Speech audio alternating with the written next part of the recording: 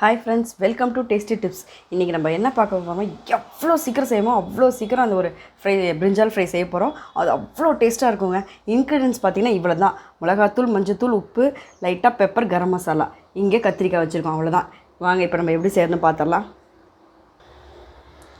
Oil நல்லா ஒரு பெரிய ஸ்பூனில் ஒரு 3 ஸ்பூன் ஊற்றிக்கலாம். இப்போ நம்ம நறுக்கி வச்சுருக்கோம்ல கத்திரிக்காய், அதை போட்டுடலாம். இப்போ தான் கட் பண்ணால் அதுக்குள்ளே பாருங்கள் பிளாக் ஆகிடுதுனால நான் என்ன பண்ணுவேன், நின்றுட்டே தான் கட் பண்ணி போடுவேன். ஃப்ரெஷ்ஷாக இது காமிக்கிறதுக்காக நான் கட் பண்ணி வச்சுட்டேன். ஒரு 2 மினிட்ஸ் கூட ஆகலை, அதுக்குள்ளே கலர் மாறிடுச்சு. பாருங்க, இவ்வளோ கத்திரிக்காய் நினைக்கிறோம். இது அப்படியே சுண்டுச்சுன்னு வச்சுக்கோங்க, சும்மா இவ்வளோண்டு ஆகிடும், ரொம்ப கொஞ்சமாகிடும். நான் செக்கில் ஆட்டின கடலெண்ணெய் யூஸ் பண்ணியிருக்கேன். இந்த கத்திரிக்காய்க்கு அந்த கடலெண்ணெய் ஃப்ளேவர் செம்ம டேஸ்ட்டாக இருக்கும்.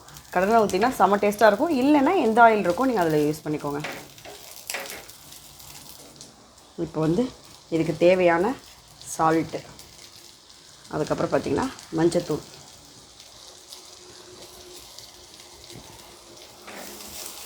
நல்லா வதங்கினதுக்கப்புறம் தான் நம்ம ஃபினிஷிங்கில் தான் மிளகாத்தூளும் லைட்டாக கரம் மசாலாவும் ஆட் பண்ண போகிறோம். அது வரை இதை நம்ம அப்படியே மூடி வச்சிடலாம், கொஞ்சம் நல்லா வதங்கட்டும். பாருங்கள் ஃப்ரெண்ட்ஸ், கரெக்டாக வெந்துருச்சு. நம்ம தண்ணியே ஸ்ப்ரிங்கிள் பண்ணல, நம்ம மூடி வச்சுருந்தோம் இல்லையா, அதுலேயே சூப்பராக வெந்துருச்சு.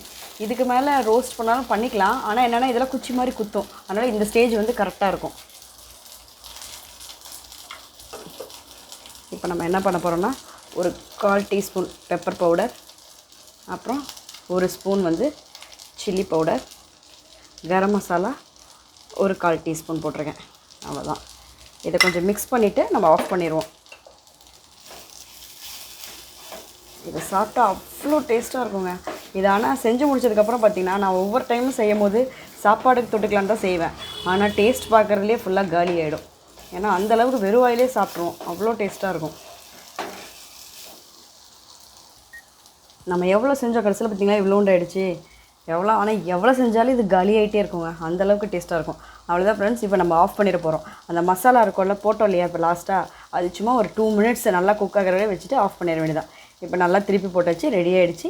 கண்டிப்பாக நீங்கள் இதை செஞ்சு பார்த்துட்டு அவ்வளோ ஃபட்டாஃபட்டில் செஞ்சு முடிச்சிடலாங்க. தயிர் சாதம், ரச சாதம், ஏன் சப்பாத்தி கூட டேஸ்ட்டாக இருக்கும். கண்டிப்பாக நீங்கள் வீட்டில் செஞ்சு பார்க்குறீங்க. பிடிச்சிருந்துச்சுன்னா லைக் பண்ணுங்கள், ஷேர் பண்ணுங்கள், சப்ஸ்கிரைப் பண்ணுங்கள், மறக்காமல் பெல் பட்டனை ப்ரெஸ் பண்ணுங்கள்.